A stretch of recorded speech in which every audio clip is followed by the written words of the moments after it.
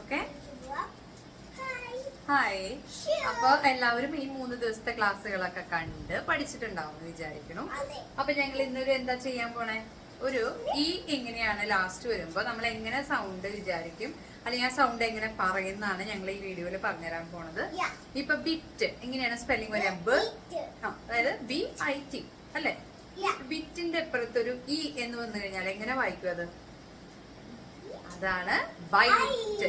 അതാണ് ഐ എന്ന് വായിക്കും, ബൈറ്റ് ആയിരിക്കും. എന്തുകൊണ്ടാന്ന് വെച്ച് കഴിഞ്ഞാല് എല്ലാത്തിന്റെയും അവിടെ ഈ ലാസ്റ്റ് വരുന്ന ഏത് സൗണ്ടുകളും എങ്ങനെയാ നമ്മൾ പറയണേ, ഐ എന്നുള്ള സൗണ്ട് മാറിയിട്ട് അതിനെ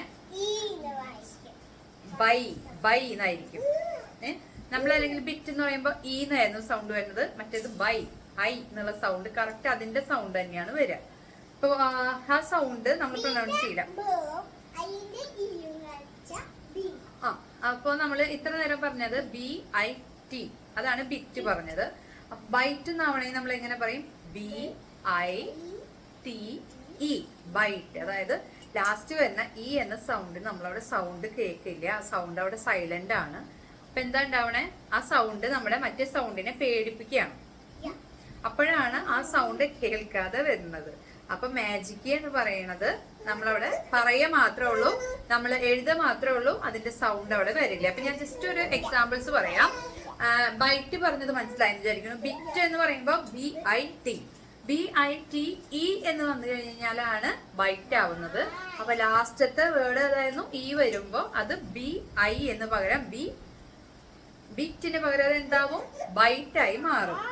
ഓക്കെ. ഇപ്പൊ ഇനി അതുപോലെ തന്നെ ഫിൻ എങ്ങനെ സ്പെല്ലിംഗ് പറയും, ഫിൻ. അപ്പൊ എങ്ങനെ വരും, FIN, ഫിൻ. ഇനി അതവിടെ നമ്മളൊരു ഇ എന്ന് കൂടി ലാസ്റ്റ് എഴുതി കഴിഞ്ഞാൽ എങ്ങനെ വരും, FINE, ഫൈൻ. അപ്പൊ അത് ഫൈനായി മാറും. Okay, fine. ഓക്കെ.